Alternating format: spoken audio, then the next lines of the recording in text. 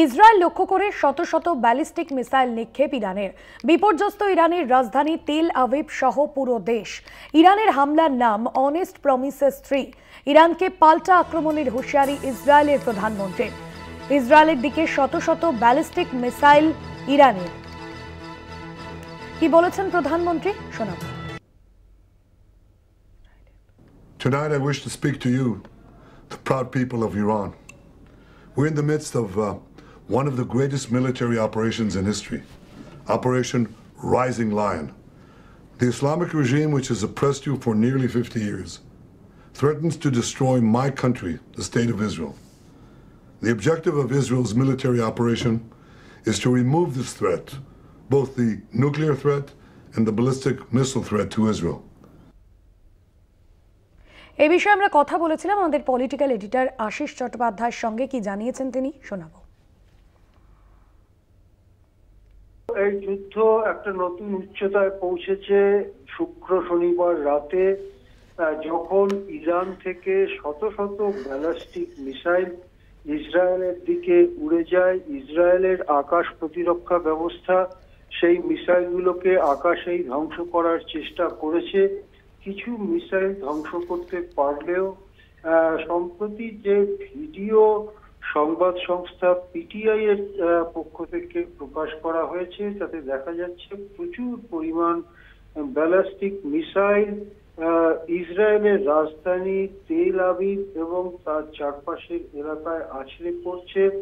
ইসরায়েলও এই হামলার কথা স্বীকার করেছে।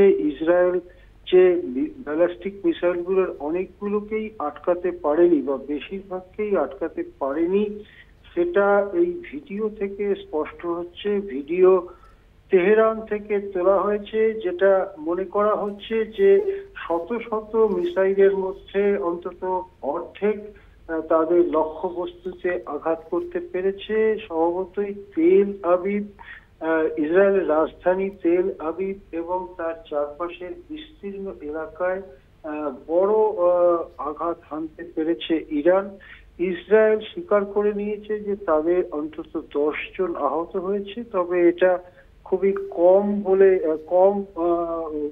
মানে করে দেখানোর চেষ্টা করা হয়েছে ইসরায়েলের পক্ষ থেকে। আসলে যে ভিডিও দেখা যাচ্ছে তাতে মনে হচ্ছে যে বড় এলাকা জুড়ে ধ্বংস হতে পারে ইসরায়েলের বিভিন্ন জায়গা।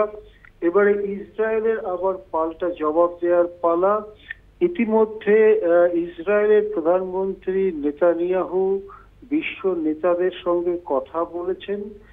তিনি কথা বলেছেন ভারতের প্রধানমন্ত্রী নরেন্দ্র মোদীজির সঙ্গেও। নরেন্দ্র মোদী অবশ্য সরাসরি ইসরায়েলি হামলার নিন্দা করেননি। তিনি নিজেই জানিয়েছেন যে এই অঞ্চলে শান্তি সুস্থিতির জন্য ভারত চেষ্টা করবে। ভারত চায় এই অঞ্চলে শান্তি সুস্থিতি থাকুক। এর বেশি কোনো কথা ভারতের প্রধানমন্ত্রী বলেননি। কিন্তু যুদ্ধ নতুন উচ্চতায় পৌঁছে গেছে। সারা রাত ধরে ইরানের হামলা হয়েছে। এখন সেই হামলার আরো ছবি আমাদের কাছে আসবে। ইসরায়েল অভিযোগ করেছে যে এই মিসাইলগুলোর অনেকগুলোই বেশ অসামরিক এলাকায়, সাধারণ নাগরিক আবাসিক এলাকায় এগুলো আছড়ে পড়ার ফলে সাধারণ নাগরিক অনেকেই আহত হয়েছেন।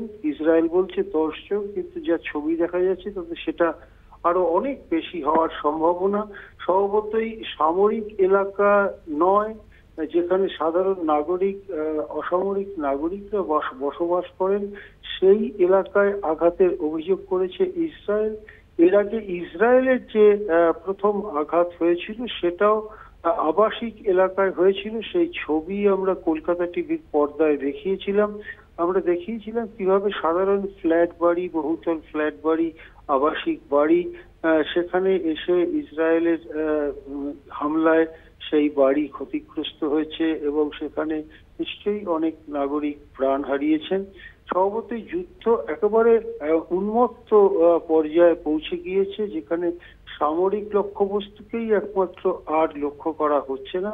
যে কোনো জায়গায় মিসাইল, ড্রোন নিক্ষেপ করা হচ্ছে এবং তার ফলে অসামরিক সাধারণ মানুষের প্রাণহানির সম্ভাবনা ক্রমশই বাড়ছে। এই যুদ্ধ এখন কোন দিকে যায় সেদিকে আমাদের নজর থাকবে। ইতিমধ্যেই রাষ্ট্রপুঞ্জের নিরাপত্তা পরিষদের বৈঠক ডাকার দাবি করেছে সৌদি আরব, দাবি করেছে আরব আমিরশাহী। রাশিয়াও ইরানের পক্ষে দাঁড়িয়ে ইসরায়েলের হামলার নিন্দা করেছে।